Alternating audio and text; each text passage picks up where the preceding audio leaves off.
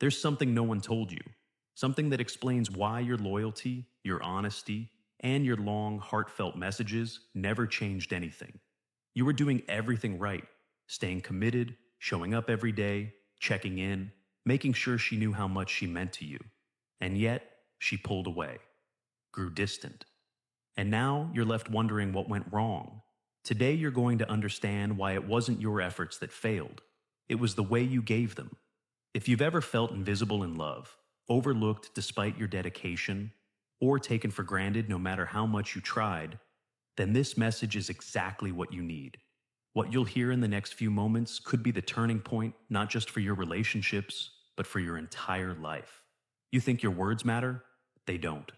Not the long texts, not the voice notes, not the promises you rehearse over and over. She doesn't respect what you say. She respects what she feels when you stop saying anything at all. When you stop showing up with explanations, justifications, and emotional performances. That's when something shifts. The illusion of words. There's a common belief that if you just say the right things, express your heart with enough depth and detail, she will finally understand. That if you explain your intentions clearly, if you open yourself up and show her your sincerity, if you admit your flaws and make promises to grow, she will finally see your worth and choose to stay. And so, you send the long texts. You pour out your heart at 2 a.m., carefully typing every word, hoping that this time, something lands. You explain the silence, the tension, the mistakes. You voice note your pain, your longing, your devotion. You share your dreams, your fears, your loyalty. You think that vulnerability will unlock a door that's been slowly closing. But instead of hearing the weight of your words, she skims through them. Maybe she responds with a short, "Thank you." Maybe she sends a heart emoji. Maybe she says she understands. And for a moment, you breathe. You believe you've reached her. But deep down, you feel it. Nothing has changed. Because words, no matter how heartfelt, are not enough to shift emotional energy. They might touch the mind for a moment, but they rarely penetrate the soul unless the energy behind them demands to be felt. And the truth is, when your energy is chasing her, when your presence is still clinging to her emotionally, when you're trying to be heard louder instead of stepping away with quiet strength, she doesn't feel your value. She senses your need. And no matter how kind she may be, that neediness creates an imbalance.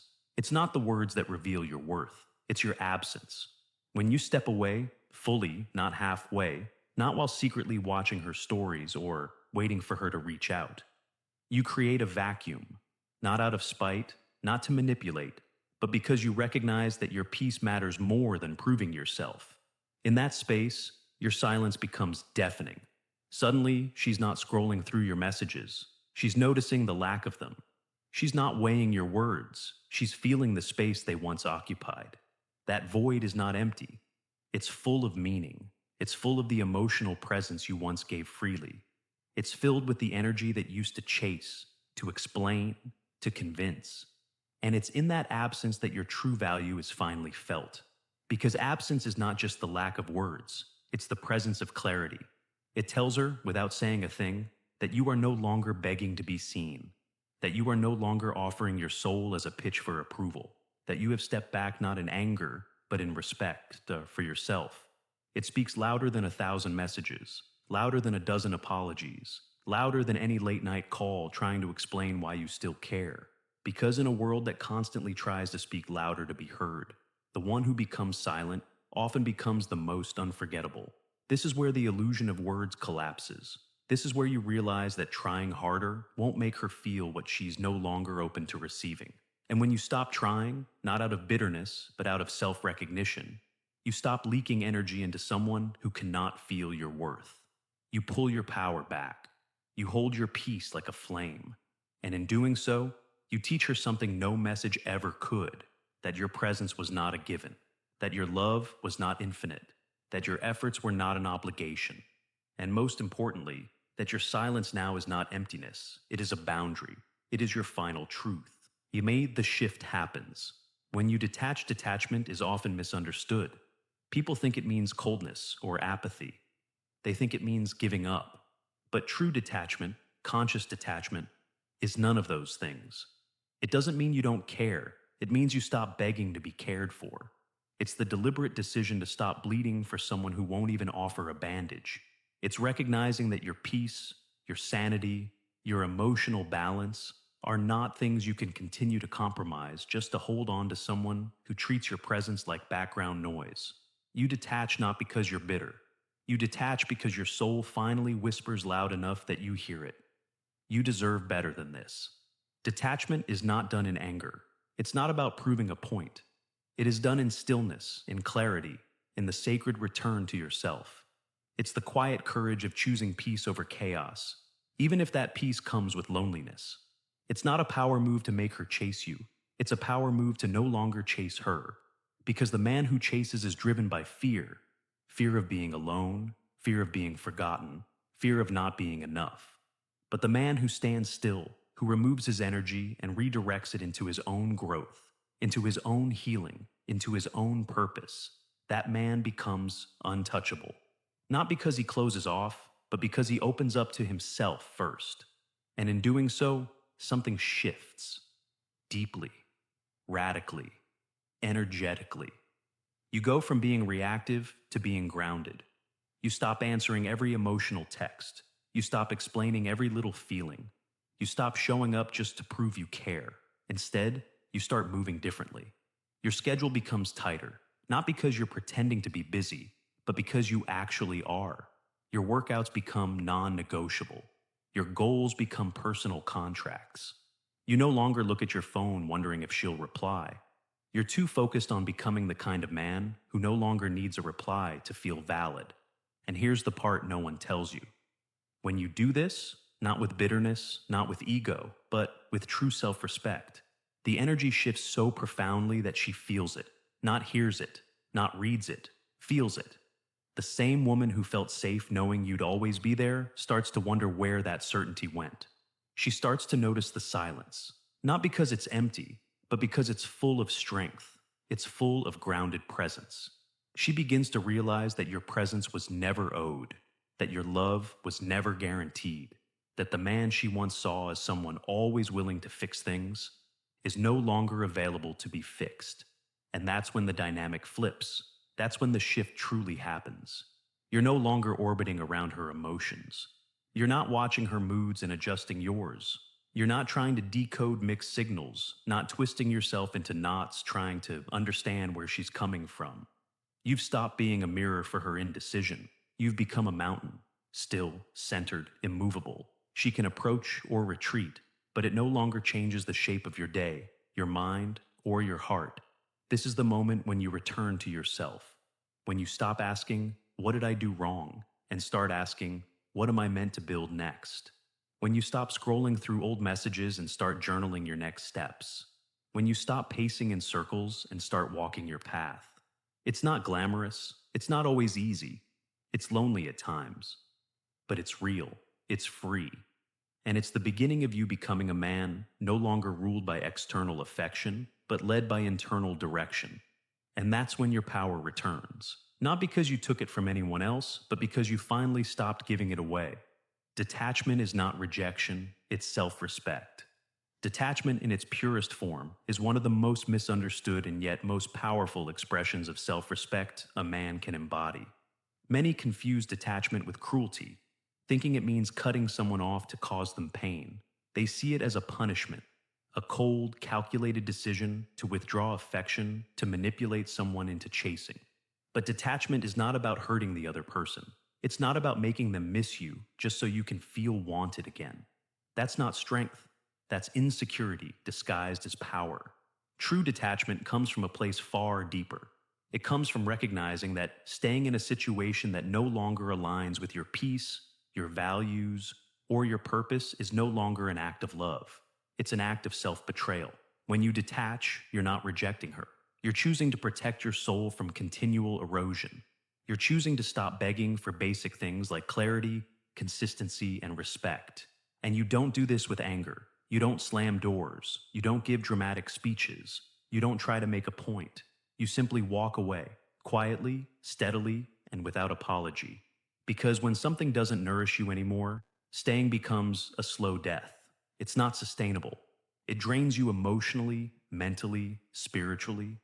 And when you reach that breaking point, not because she left, but because you left yourself behind trying to please her, you finally realize that withdrawal isn't rejection. It's the highest form of honoring your own worth. You don't owe explanations for every boundary you set.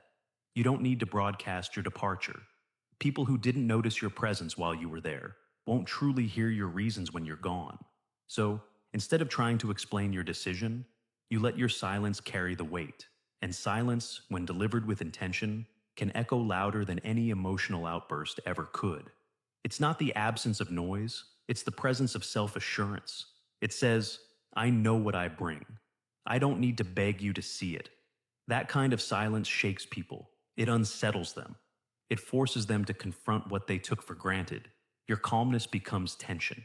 Your stillness becomes a mystery. And in that space of not knowing where they stand anymore, they're left alone with the echo of your absence. That silence, that non-reaction, that detachment.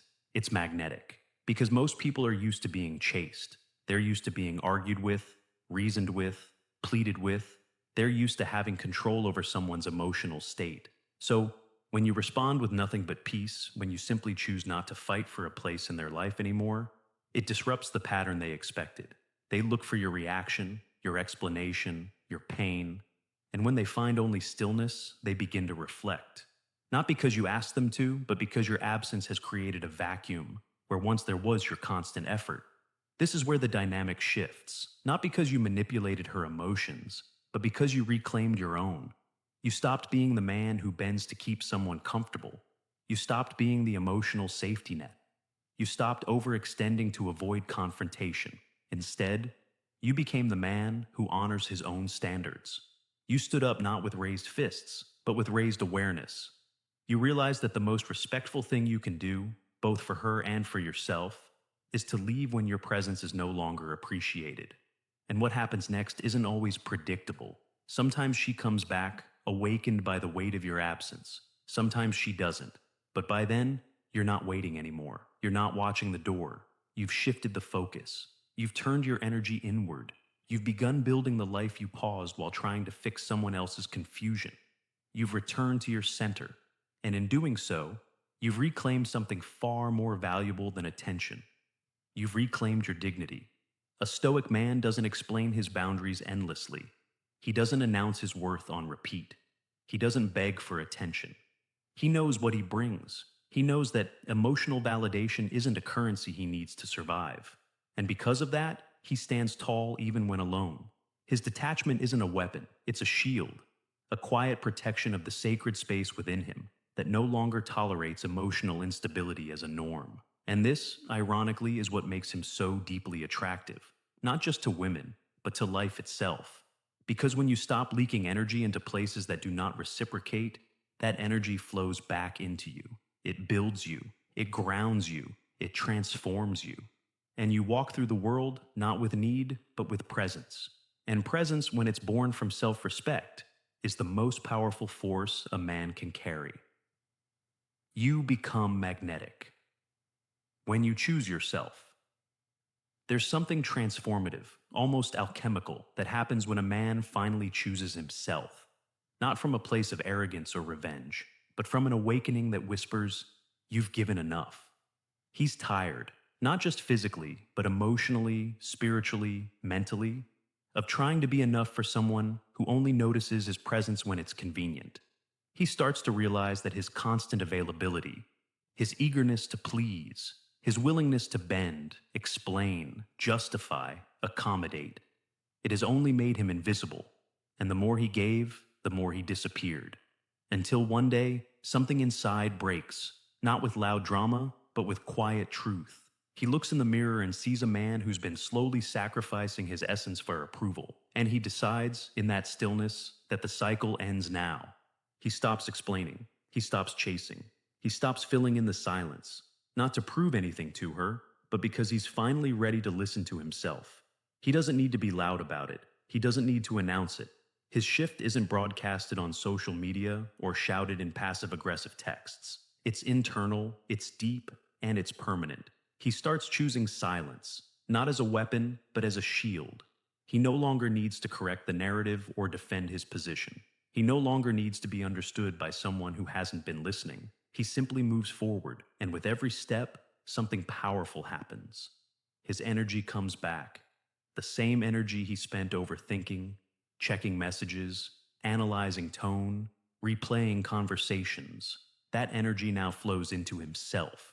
He picks up that book he'd been meaning to read. He starts hitting the gym, not out of spite, but because he remembers how good it feels to be strong. Not just physically, but mentally. He refocuses on his craft, on his vision, on his circle of influence. He reconnects with the things that bring him peace.